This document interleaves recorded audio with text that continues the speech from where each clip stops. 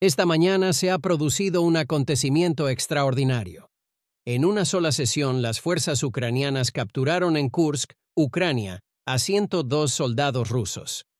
Posteriormente se informó de que se trataba del mayor grupo que habían capturado desde el comienzo del conflicto.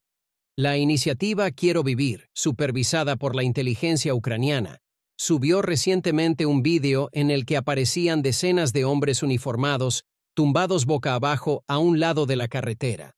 La agencia afirmaba que los soldados rusos habían tomado la decisión correcta y se habían rendido, con la intención de persuadirles de que desertaran o abandonaran el ejército.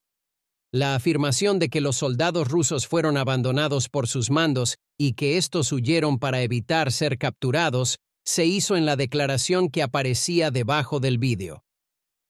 El día anterior, la agencia publicó imágenes en las que aparecían soldados ucranianos reteniendo a varios hombres con los ojos vendados en un túnel.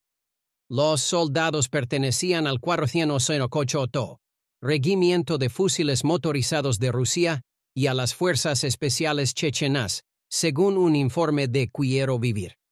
La unidad de Fuerzas Especiales de la agencia asaltó una base rusa cubierta de hormigón y bien fortificada en Kursk, según los medios de comunicación ucranianos, que citaron una fuente no identificada del Servicio de Inteligencia de Ucrania. El Kremlin ha construido en la fortaleza una cantina, un arsenal, una casa de baños, residencias personales e instalaciones subterráneas de comunicaciones, según el medio ucraniano Pravda. La información se dio a conocer tras una sesión informativa del comandante en jefe ucraniano Alexander Syrskyi, quien reveló que más de 100 efectivos rusos fueron apresados ese mismo día. Rusia ha iniciado negociaciones para el intercambio de prisioneros, según Dmytro Lubinets, comisario de Derechos Humanos del Parlamento ucraniano.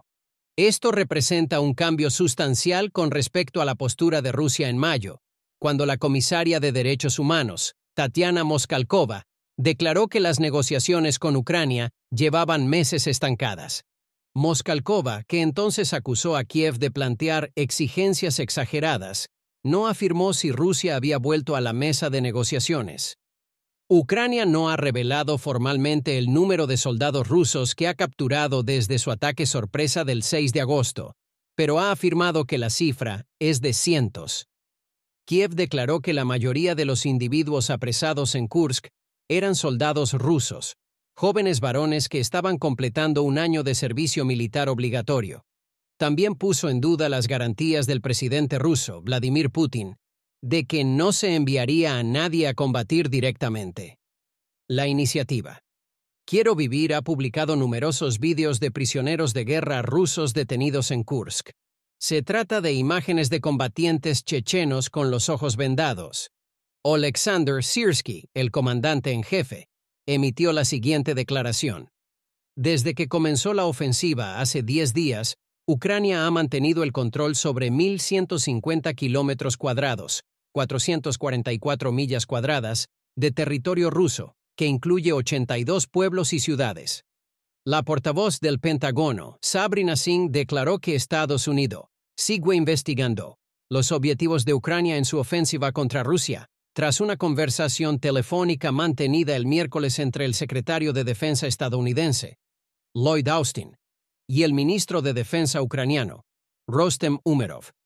Singh declaró que los informes preliminares sugieren que una parte de los militares rusos fue redirigida de Ucrania a la región de Kursk para obstaculizar la operación.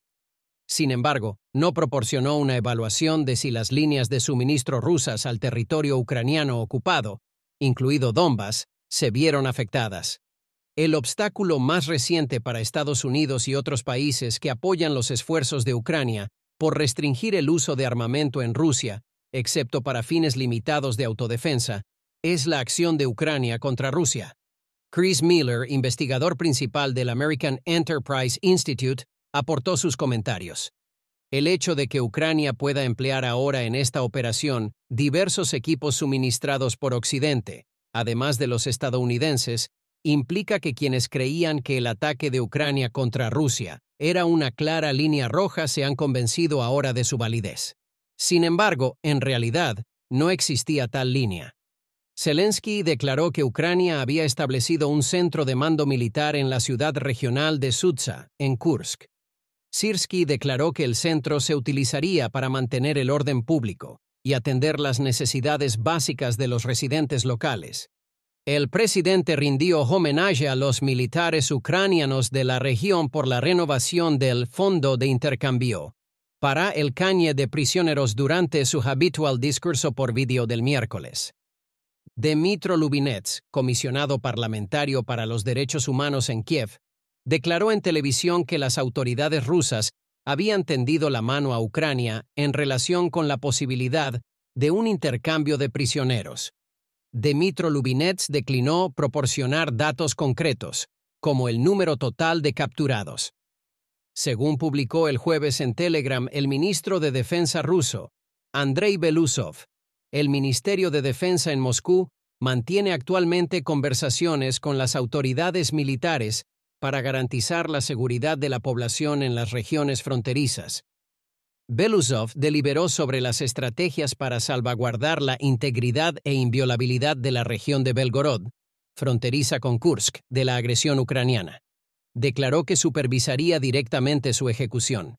Belgorod ha sido declarada en estado de emergencia federal por las autoridades de Moscú. Las fuerzas ucranianas fueron objeto de persistentes ataques con drones y bombardeos, según el gobernador regional, Vyacheslav Gladkov.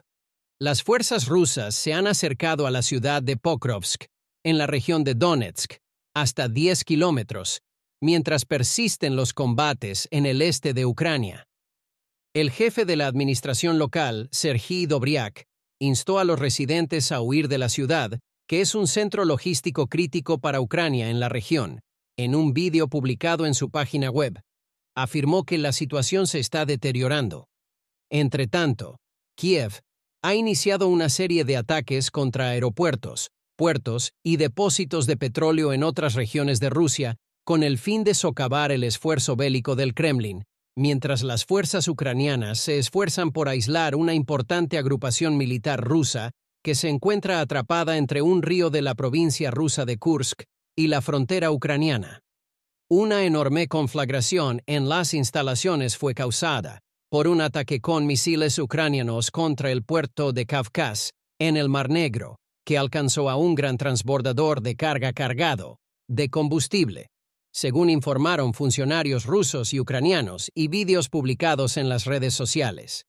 Kavkaz es la principal terminal de transbordadores que conecta Rusia con Crimea y uno de los principales puertos de pasajeros del país. Dmytro Pletenchuk, portavoz de la Armada ucraniana, subrayó este punto en un comunicado. Este transbordador es un componente crítico de la cadena logística militar rusa, que sirve principalmente para suministrar combustible y lubricantes a las fuerzas de ocupación.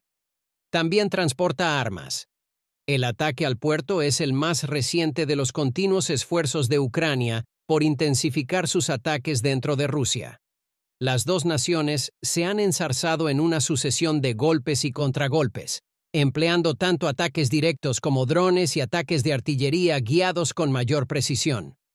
Ucrania, que controla más de 490 millas cuadradas en el sur de Rusia, está lanzando ataques contra otras regiones de Rusia para llevar el conflicto a su enemigo mientras Rusia avanza hacia el este de Ucrania, amenazando con apoderarse de una ciudad estratégica del tamaño de Los Ángeles. Según funcionarios ucranianos y analistas militares, el centro de tránsito fue atacado después de que el único puente que conecta Crimea con Rusia, a través del estrecho de Kerch, resultara parcialmente dañado en el asalto. Esto ha restringido la cantidad de carga que puede transportarse por tren a través del estrecho, obligando a Moscú a depender cada vez más de grandes transbordadores que pueden acomodar un número creciente de vagones para proporcionar apoyo a sus fuerzas de ocupación en la península, que se anexionó en 2014. Continuó el señor Pletenchuk. El hundimiento del transbordador detuvo de hecho el funcionamiento de esta sección del puerto. Todavía hay una plataforma disponible para la carga de vagones en los transbordadores. Sin embargo, no hay transbordadores accesibles. La infraestructura del puerto no se vio prácticamente. afectada por la conflagración provocada por el ataque, según la agencia oficial de noticias rusa RIA, que citó a los servicios de emergencia. Sin embargo, el transbordador alcanzado por el ucraniano quedó parcialmente sumergido. El alcance de los daños no pudo evaluarse de forma independiente. En un esfuerzo por contrarrestar las evidentes ventajas de Moscú en el este, Ucrania ha intensificado sus ataques contra regiones rusas. En los últimos días, las fuerzas de Moscú han capturado al menos 3 asentamientos y han avanzado hacia Pokrovsk, centro logístico del ejército ucraniano en la región. Las autoridades ucranianas han aconsejado a los civiles que evacúen la ciudad, actualmente amenazada por la artillería rusa, y con una población aproximada de 60.000 habitantes.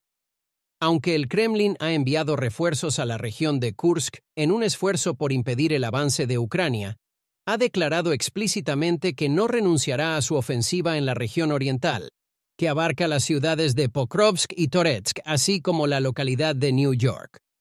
Los corresponsales ucranianos fueron informados por Roman Kostenko, secretario de la Comisión de Defensa e Inteligencia del Parlamento ucraniano. Mantienen un compromiso inquebrantable de no retirar soldados de estas operaciones ofensivas. Actualmente, se concentran en el territorio de Donetsk, a pesar de que son conscientes de que carecen de las reservas necesarias para retomar Kursk. Se trata de una acción estratégica para ellos. El asalto ucraniano a la terminal de transbordadores fue un componente de una iniciativa de larga data para aislar a las fuerzas rusas en la península.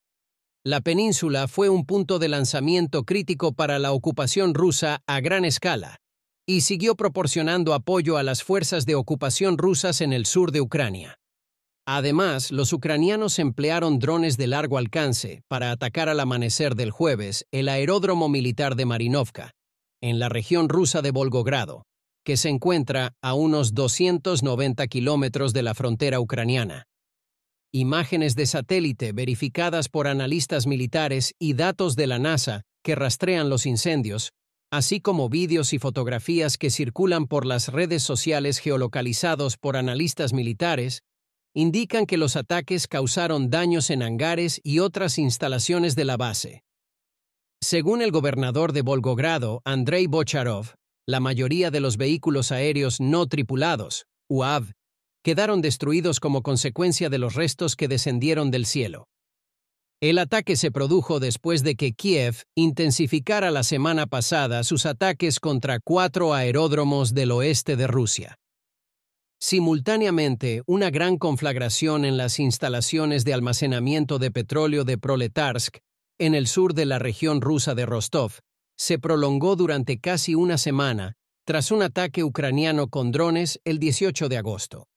Las autoridades locales rusas proclamaron el estado de emergencia en la región y los medios de comunicación estatales rusos citaron a las autoridades locales, aconsejando a la población que no se dejara llevar por el pánico. Volodymyr Zelensky, presidente de Ucrania, declaró que la campaña ucraniana para apoderarse de territorio dentro de Rusia y sus ataques de largo alcance forman parte de un esfuerzo coordinado para llevar el conflicto a los rusos de una manera que nunca antes habían experimentado.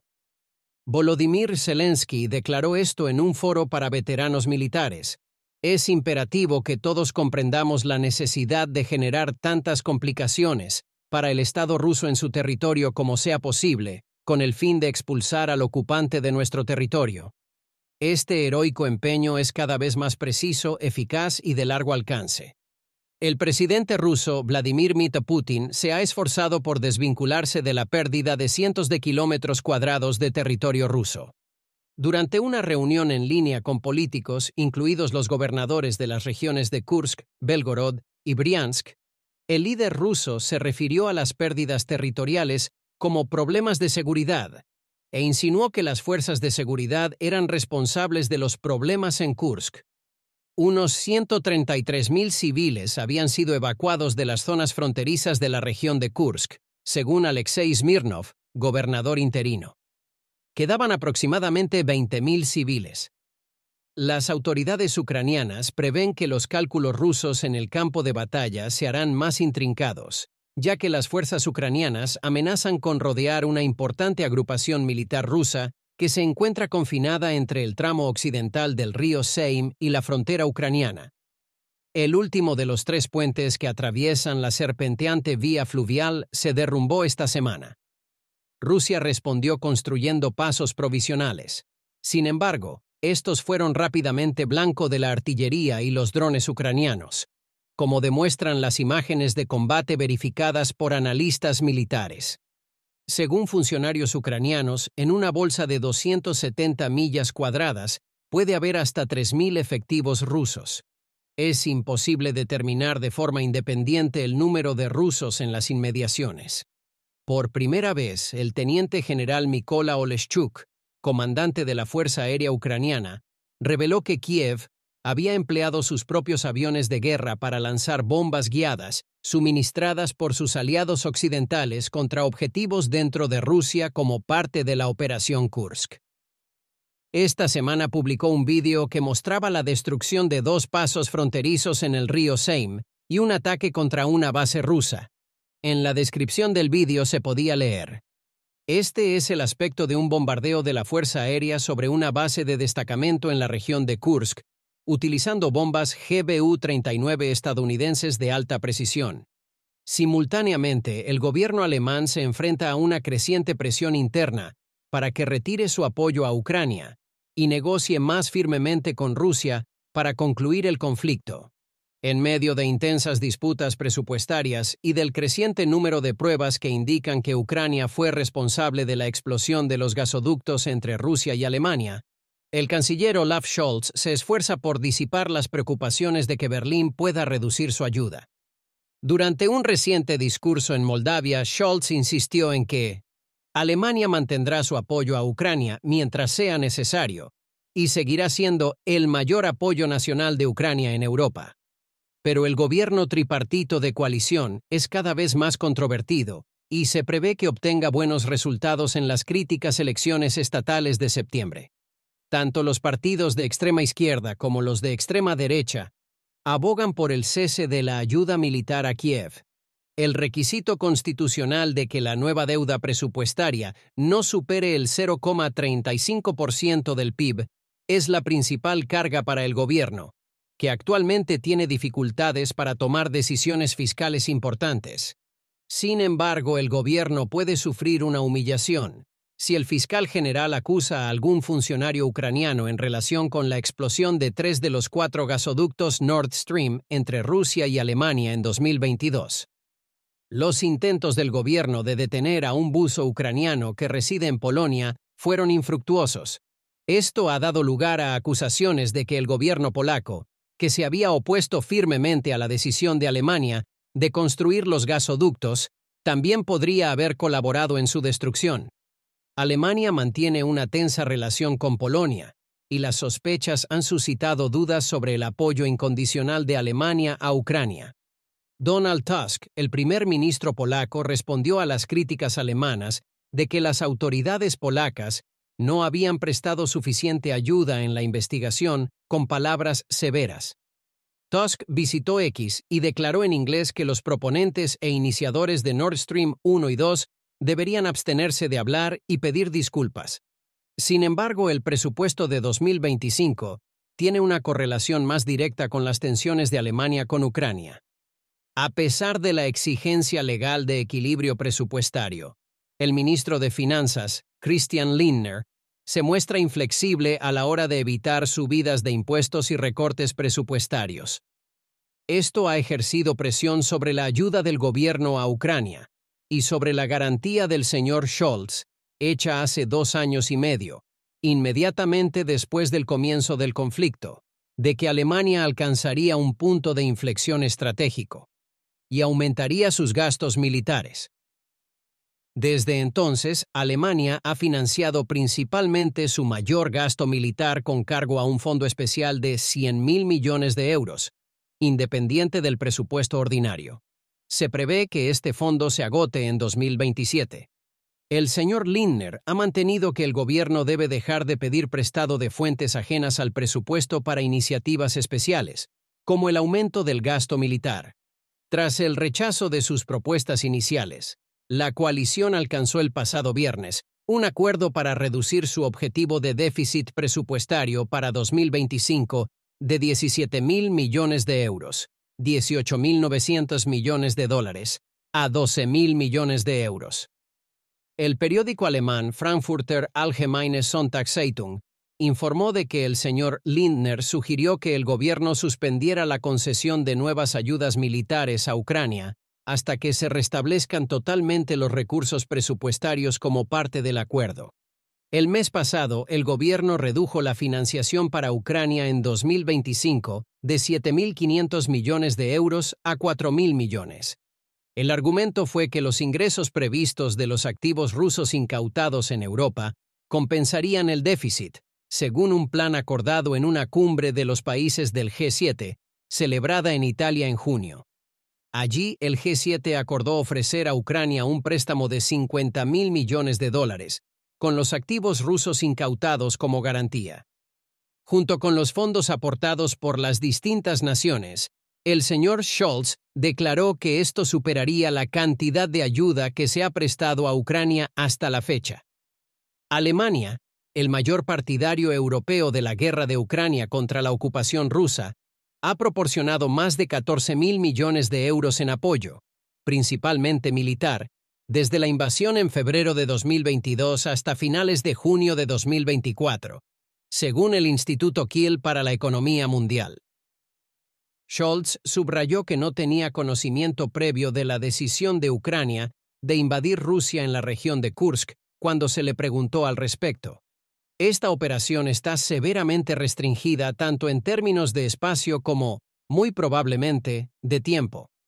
Finalmente, un incendio y una detonación fueron el resultado de un ataque de drones ucranianos contra un depósito de municiones en el distrito de Ostrogotsk, en la región rusa de Voronezh, a primera hora de la mañana de ayer. Los drones fueron derribados, según Alexander Gusev, administrador de la región.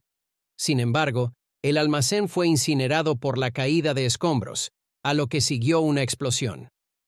La munición explosiva causó heridas a 2 mujeres. Se declaró la emergencia local en 3 pueblos de la región de Ostrogotsk y unos 200 residentes locales fueron evacuados de la zona del incendio.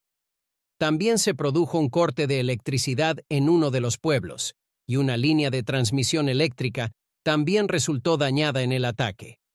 En la región de Voronezh se produjeron ataques con drones en al menos 2 ocasiones durante la madrugada del 24 de agosto. Gusev declaró que una persona sufrió heridas de metralla tras el ataque inicial, y la vegetación se incendió en una comunidad. Sin embargo, no se ha informado de daños significativos.